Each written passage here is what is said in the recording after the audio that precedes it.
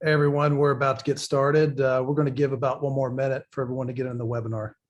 So take a minute.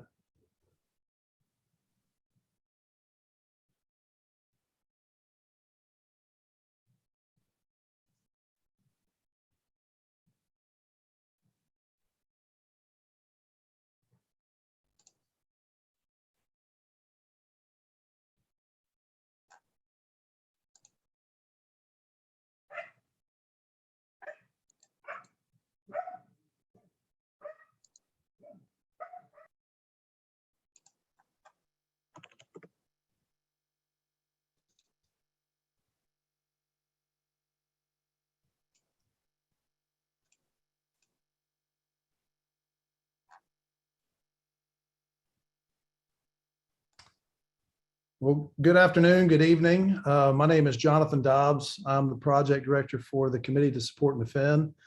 Thank you for making time tonight for this very important webinar. Tonight's going to be about just the basics of poll working and what that's like if you sign up. And just to give you an idea, we're very interested in election integrity. And tonight we're going to have two speakers. We have Ms. Tracy Miller and Ms. Andy Bayer. And Tracy has been with us with the American Constitutional Rights Union for quite a while. She's the vice president. She's been involved in the profit world, the nonprofit world. She's also been very involved in election integrity and vulnerable voters and military votes. And tonight she's going to be helping us with the poll working webinar and helping us with questions and answers. And Miss Andy Bayer, she's going to be speaking with us as well. And she's somewhat of an expert. She graduated from William & Mary. She's worked as a crisis communication specialist and legislative regulator analyst until she started to have a family and had her kids. She's homeschooled her kids. I think she's got 3 girls. And also become a teacher, a tutor, and very involved for about 25 plus years in the Fairfax County School Board. She also ran for the Fairfax County School Board in 19 and recently stepped down as the Providence District Chair in Fairfax County. She's also served as a chief and an assistant chief in the election officer position for many years. And we're just excited to hear from Andy what it's like, when you are a poll worker. And so without further explanation, ladies, thank you so much for making time tonight to speak with us. And we're looking forward to hearing from you. I just want to thank everybody for taking the time to be on this webinar tonight. And I'm going to turn it over to Andy because we are very fortunate to have her level of expertise joining us this evening. Thank you, Tracy and Jonathan. So good evening, everyone. So I just wanted to add to sort of my bio and story. So my oldest daughter is a Black Hawk pilot in the Army, and her husband just got out of the Army. And I have a nephew who's a Navy SEAL, and his wife is a physicist and works on submarines. So I have a lot of experience with family members in the military. So tonight we're going to talk about what it's like to be an election worker or poll worker. And I'm sorry, my glasses are glaring into my computer screen, but it is a very simple job. Anyone can do the job. We have a lot of people who, when they're retired, they want to get involved and they want to do something for their community. And I like to tell the high schoolers and college kids, I always encourage them to be poll workers or election officers, as we call them in Virginia, because it is one of the best things you can do to understand the voting process. It's just like jury duty. Jury duty is, you are required to do jury duty. And I actually think that working at elections should be compulsory because you learn so much about the process. And I really got involved because I wanted my 3 daughters to see the process and to understand the process. And the best way to educate your kids is to have them watch you doing something, and then you also can explain it better to them. So one thing I do is I also go into the private schools and the Catholic schools and the Christian schools, and I register voters. And when I do that, I do encourage the high school kids to get involved, the seniors. So we're going to talk about being an election worker, and that is a job with a lot of activities. And usually wherever you work, you rotate through the different jobs so that you're not bored sitting there all day doing just one thing. So wherever you are probably familiar with somebody greeting you when you come into the polls, and they sort of tell you where you need to be to vote. That's a poll worker. The person who takes your ID and asks for your name and enters that into some type of little screen, or maybe they just use paper poll books. I live in a very large county. We have 750,000 voters. We have 264 precincts. So we don't operate off of paper poll books anymore. Everything is electronic in databases, but some localities use paper poll books. So whoever greets you and registers you and signs you up to vote, that is a poll worker. Whoever gives you your ballot, that's a poll worker. Whoever shows you where to go to mark your ballot, that's a poll worker. Whoever shows you how to put the ballot into the machine, that's a poll worker. And that person who gives you the sticker on your way out, that's a poll worker. So typically there's 2 people, one from each party, and the 2 primary parties. As a chief or an assistant chief, those titles can change varying by state, but those people direct the precinct operations and then deal with all the paperwork, and because of maybe provisional ballots or other issues, and they oversee the completion of the statement of results at the end of the day, and they make sure that everything goes smoothly. They do have a bigger job because they have to reach out to the other people working at the precinct prior to the election. They have to go and look at the site prior and make sure that everything is ready and the site will be set up. Typically, the precincts are held in schools, churches, and other buildings that are owned by the government. There are laws that state where elections can be held and where they can't be held. And all of that is decided by your local electoral board and your state electoral board. And everything is governed by the state code. So if you're interested in understanding all of that, you just can Google it and pull down the laws. Everything is online today, and you can just start educating yourself. You can also go to your your local Board of Election hearings, which should be held monthly. And I'm going to bet that every one of them has their minutes online. And that's a good way to educate yourself about what's going on. So obviously, election workers are needed twice a year for the primary and for the general election. In Virginia, we have elections every year. Next year is going to be a big year for us. There's going to be 53 seats open in Fairfax County, and that's going to be a big election, a big ballot. This year it's not so big, but some states don't have elections every year, but Virginia does. If you want to work in elections, you need to be a registered voter in the state in which you're working. So that's the first step, is to make sure that you're a registered voter. Fairfax County is a big county. We pull people from all the surrounding counties to come and help us on election day. Election day is a long day. It's from 5 a.m. till about 8:30 p.m. And it's one day a year. And, so you're a little sleep deprived one day a year, but I always look forward to it. I often ask to be put into a hard to fill precinct. And so once you get experienced, you will be able to help your county or locale out by being an experienced election officer. Do not worry that you need to have some background or be computer savvy. You don't.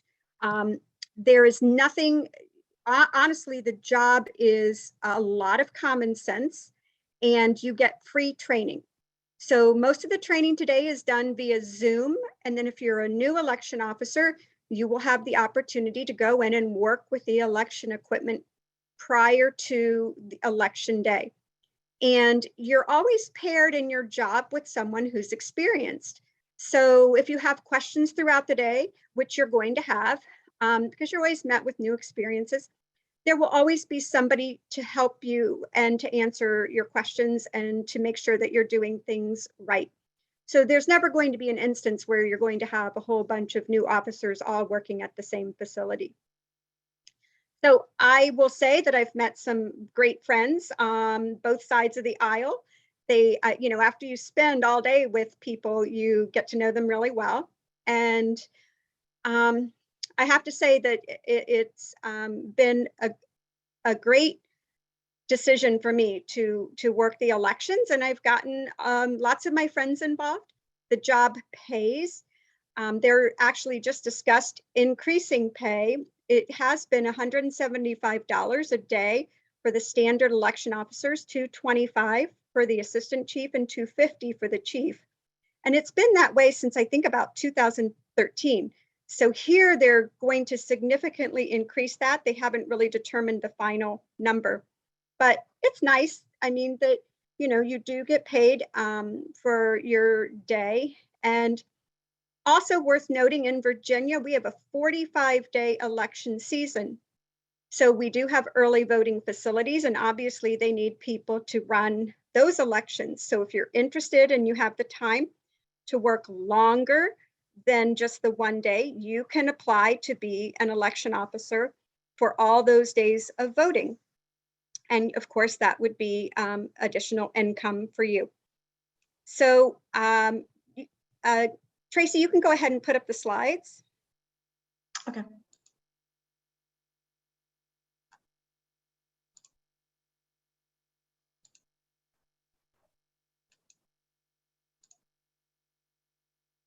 Okay, so depending on your location and on Tracy's website, there is a map. So right now my daughter's stationed in Alabama. So she could go to the map and she could click on that map and she could look up Alabama, and she could then learn more about the voting and opportunities in the state of Alabama. Also, for, let's say, Fairfax County, right? Today, because we have computers and we have I tell my kids, everything is 10 clicks away, right? Anything you want to know, you don't have to go to the library. You can just go to your computer, and you should be able to find out your local office of elections. And everybody pretty much has really great websites, and you can just look how to be a poll worker and how to apply. And the application. You know what I'm going to do? I'm sorry, Andy, let me do this. Let me actually share the screen. Yeah, let me go ahead and actually pull that up. Sure, that'd be helpful.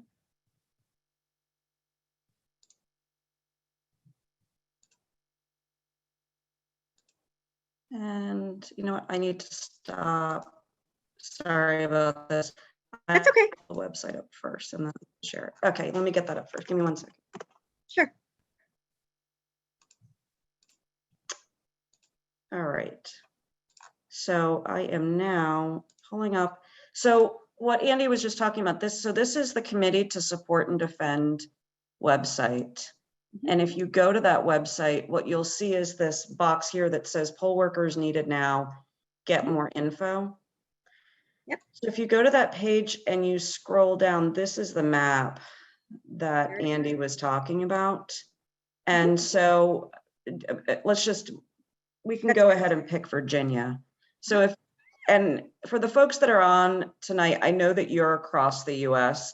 we're using Virginia as an example, but every one of these states is populated with the information from your state. But if you clicked on Virginia, for instance, if you were a Virginia resident and were interested in this, you'd click and then immediately you'd have a link where it could take you to information on being a poll worker in Virginia. And then Andy, you can walk them through this. Okay. And so let's say I wanted to be a poll worker and I only went to my state board of election website. And I typed in my information there. That information would be funneled to the Fairfax County Office of Elections, and they would then get in touch with me. So that is the way it works for all of the states. And like I said before, you have a state board of elections, and then you have local boards of elections. And just like you could go to a school board hearing or a board of supervisor hearing, or you could go to your congressional hearings, or you could go to your state level legislative hearings, you can go to your local board of election hearings, and you can go to your state board of election hearings. And I recommend you do that. And their minutes should be posted online. But that'll tell you who's in charge, who the chair of the board is, and what the issues are that they're dealing with for the upcoming election. And there's a lot of interesting information there. So pretty much they're going to ask you, how far away can you work? So like I said, Fairfax County is huge. And if I were to say I'll work anywhere, they would probably say, great, we have this really hard to fill precinct, or, you know, we've lost, you know, somebody there, can you go run that precinct? And I would comply. But if you just want to work a few miles away, you can go ahead and put that down, and they're going to know you're new. So they're going to place you where they need you based on what your parameters are. We do get a lot of people who are retired, and some people, you know, of course, they say, I can't stand all day. Well, that's fine. There's really not many jobs where you're going to have to stand all day. Even if you're the person over by the machine showing people how to vote, you can put a chair there and you can sit for most of your time. We do get people who really, you know, are physically disabled, and we try to work them into the jobs. Of course, we would never assign them to curbside voting. So we have curbside voting here. We give out our cell phone number, and when drivers come, they call the number. We go out and we accommodate physically, mentally, anybody who wants to vote curbside, we let them vote curbside. COVID was also a time where we had people fearful of coming into the precincts to vote, so we would accommodate curbside voting. So let's see, once you apply to be an election officer, your office will contact you and they will give you free training. That training is typically done via Zoom. And if you're new, you certainly would then go in and experience working with the machines prior to your day of assignment. Do you want to go back to those? Yeah, I can pull up the slides. Sure. And I think the ones that whichever ones you think probably folks are most interested in that you can highlight would be the areas regarding what they might be doing with absentee ballots. Sure. So absentee ballots are typically processed prior to the election. So of course, in 2020, during the height of COVID, and in Fairfax County, we had hundreds of thousands of absentee ballots to process. And there is a process that's called pre-processing. And there's a whole way to do that hides the identity of the voter prior to checking them in, so that you make sure that everything on the envelope is there. If there's a problem with the envelope, we have a curing period. So if I were to see, let's say they forgot the last 4 digits of their social security number, and that number is mandated to be there, The voter has a period of time. The office would call that voter or email them and say, look, there's something significant missing from your envelope and you need to come in and cure your ballot. So the voter would have time to come in and provide that information. So it is, you work in pairs typically, and you do things, it becomes very mundane because you do things over and over again. But you're always, it's never boring because you're hit with new scenarios. Laws change. This year in Virginia, we're going to have same day voter registration. So right now we're waiting for state Board of Election guidance to be given to all of the local boards so that they can go ahead and write up the training materials. In Fairfax County, we're going to now this year, something new, we're going to have each chief is going to have a separate computer, and that's where we're going to enter all the notes regarding provisional ballots. Provisional ballots are given to somebody who you have to do more research on that person before you can say that is a live ballot that can go into the machine and be counted. So all of these things you learn, and it's a lot of fun. You get training manuals. You can work at your own pace to train yourself. Today, there's training videos. And, you have to start somewhere. And I definitely recommend that you start as an election officer or poll worker. And it's a fun journey. And like I say, you are going to meet some really great people. If you work at your precinct, the hard thing is you see all of your neighbors and you don't really have time to talk. So you may want to work at a precinct or a poll area that is not so known to you, because then you can focus a little bit more on your job. But they'll tell you all of these things when you apply. You typically have to fill out some paperwork. They will vet you. They will ensure that you are legally able to work in the area that you're working. And you'll take an oath because on election day, let's say you sign up via the Democrat Party or you sign up via the Republican Party. On the day of election, you don't represent either party. You're there representing the process, and you behave in a nonpartisan fashion. So one of the things that I just wanted to highlight, because we've got a couple minutes left for tonight's session, is as Andy's explained, there's a wealth of training opportunities that come for the election workers. One of the pieces of feedback that I've received, and I think I touched on it last week, is the fact that when it comes to processing military absentee ballots, this has seemed to be an area of somewhat weakness when some of the poll workers have gone through training in various states. So one of the things that we wanted to do tonight was just make sure that you're familiarized during our presentation with what these military ballots could look like and what you might encounter if you choose to become an election official. So for military that have requested an absentee ballot, either because they're mobilized here in the US or because they're mobilized overseas, those ballots can be emailed to them. And then they're going to be remitted through the absentee process. At the American Constitutional Rights Union, one of the things that we like to say is that this is a great opportunity for mindful watching if you're a poll worker, because there could be some confusion or uncertainty depending on the state that folks are in and whether or not they've received adequate training on how to process these ballots.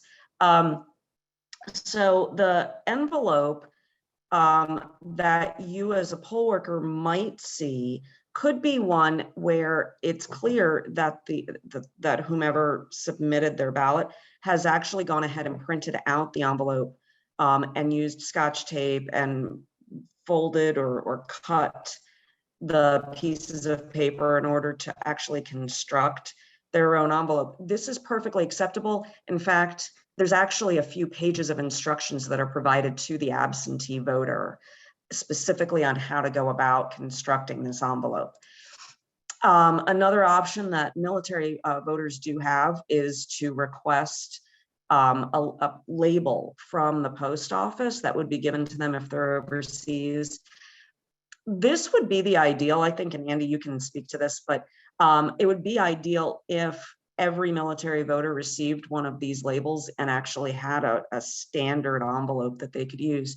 But unfortunately, what I'm hearing is that these labels aren't available in every situation, in which case that's why the constructed, the homemade envelope, as I call it, becomes more widely used. Has that been your experience, Andy? Yes, and I've heard many, many times that the instructions that come with the ballots are difficult.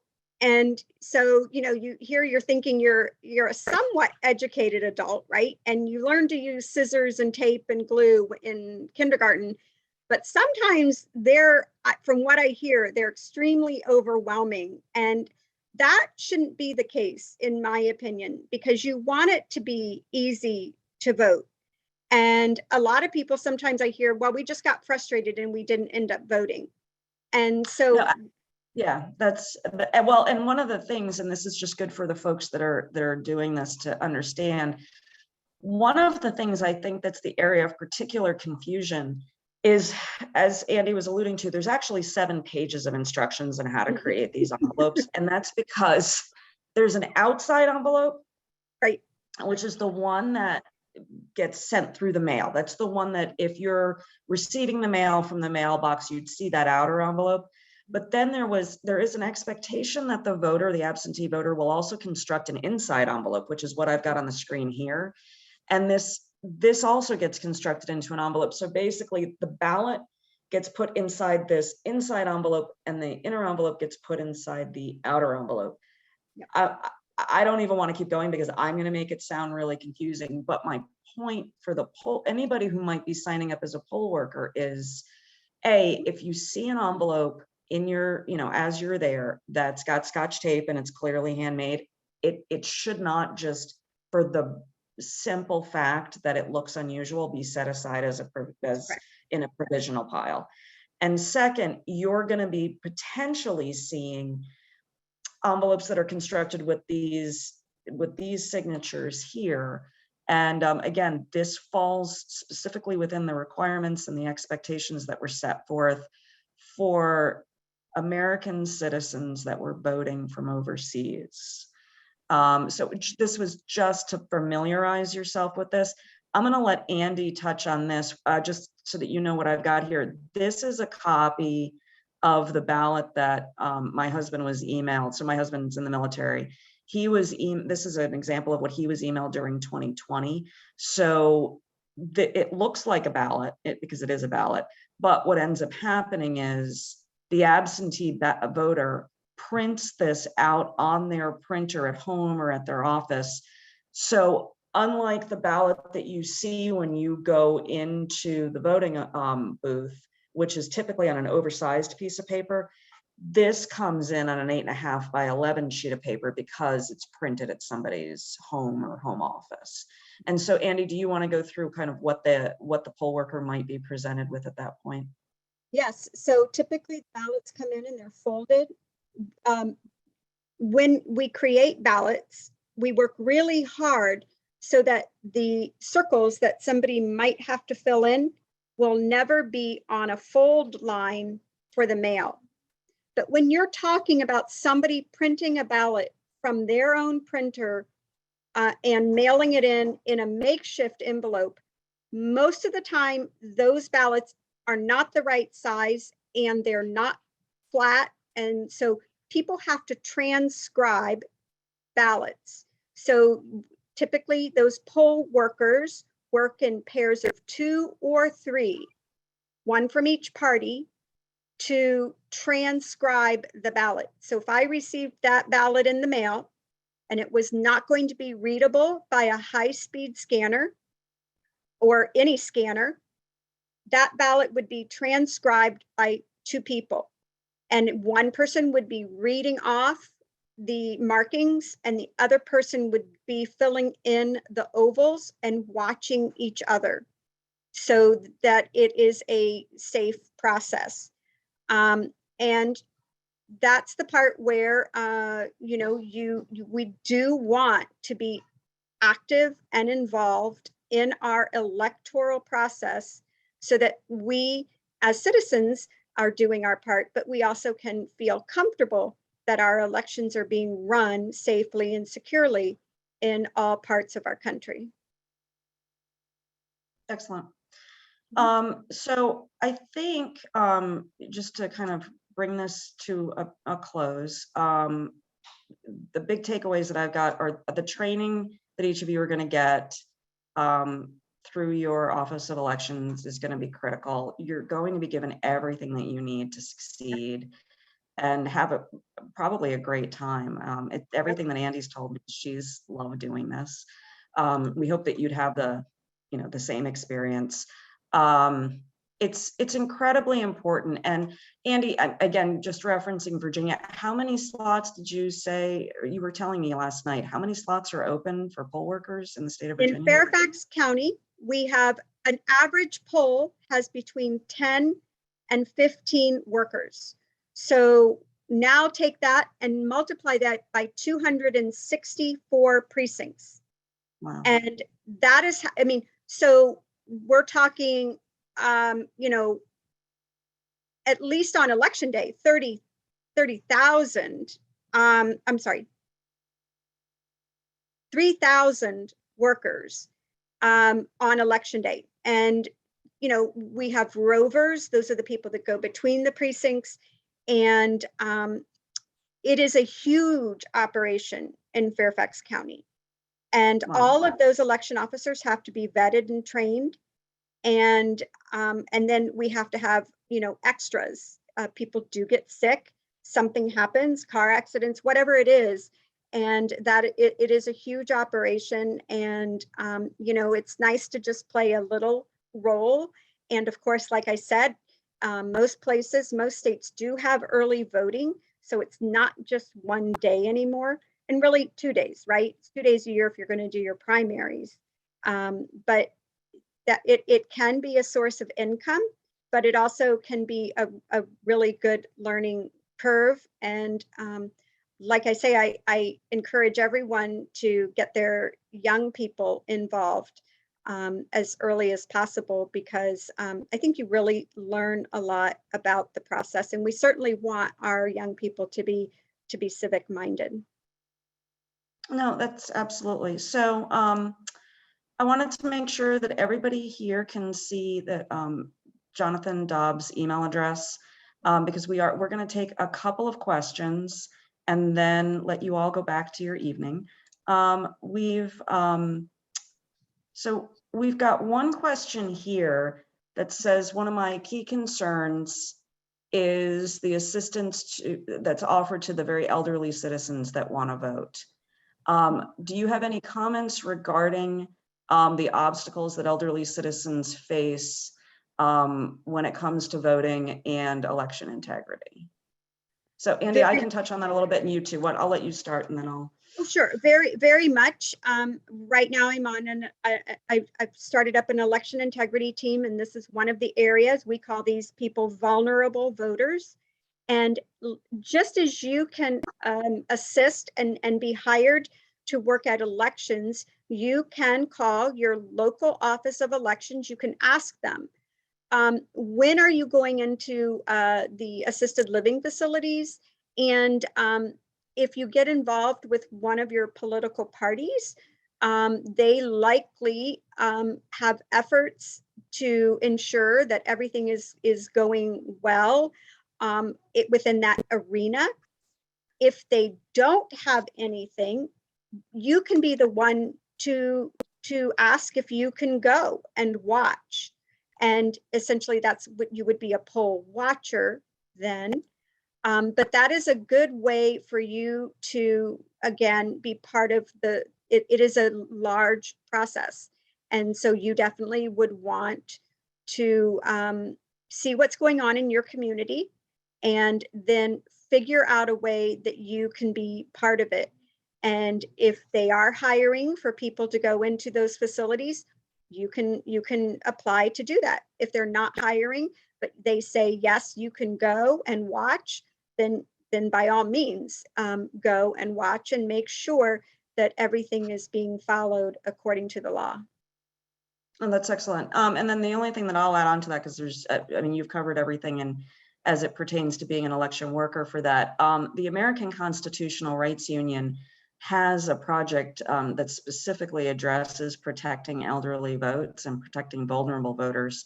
So for anybody that's interested, separate from being a poll worker, if you've got concerns about voting that may or may not be happening at a loved one's nursing home or assisted living facility, I encourage you to reach out to us, because we've got materials and training and a whole series of information that could be helpful to you, to the assisted living or nursing home facility that your loved one might be in. It's something that is really near and dear to our hearts.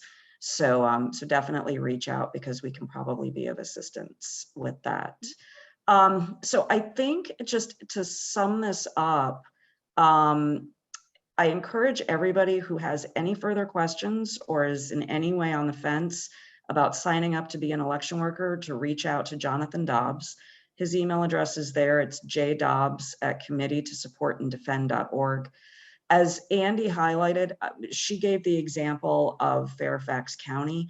The quantity, the number of people that are needed to serve as poll workers in this upcoming election is enormous across the US. It's an area that I think too few of us have realized is available to us. And so, you know, for our part, we're trying to increase awareness about this.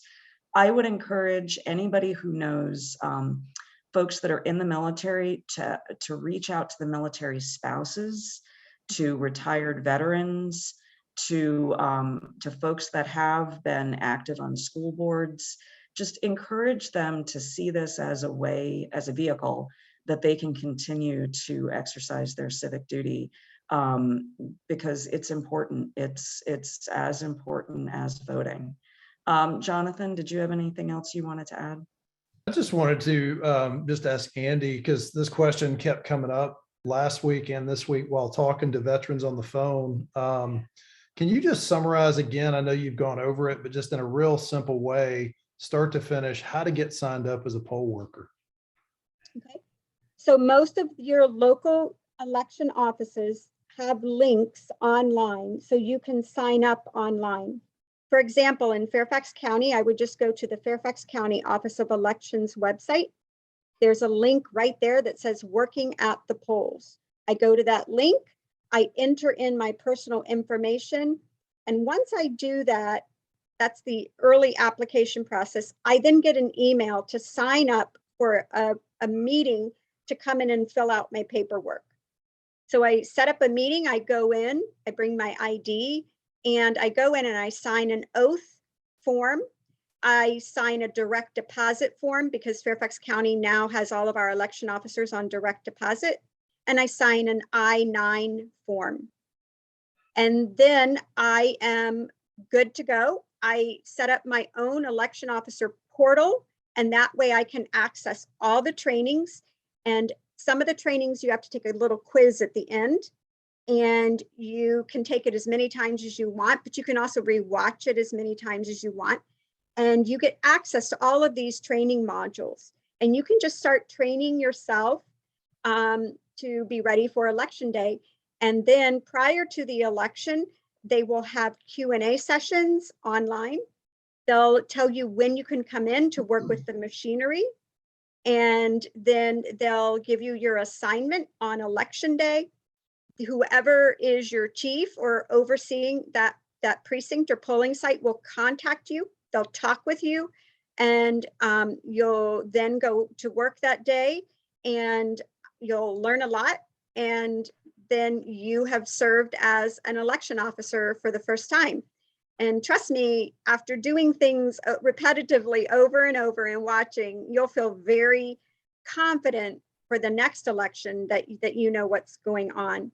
And like I say, you can always go to your electoral board meetings and get involved. And, you know, one thing always leads to another. And you sort of realize, you know, what have I been missing all this time?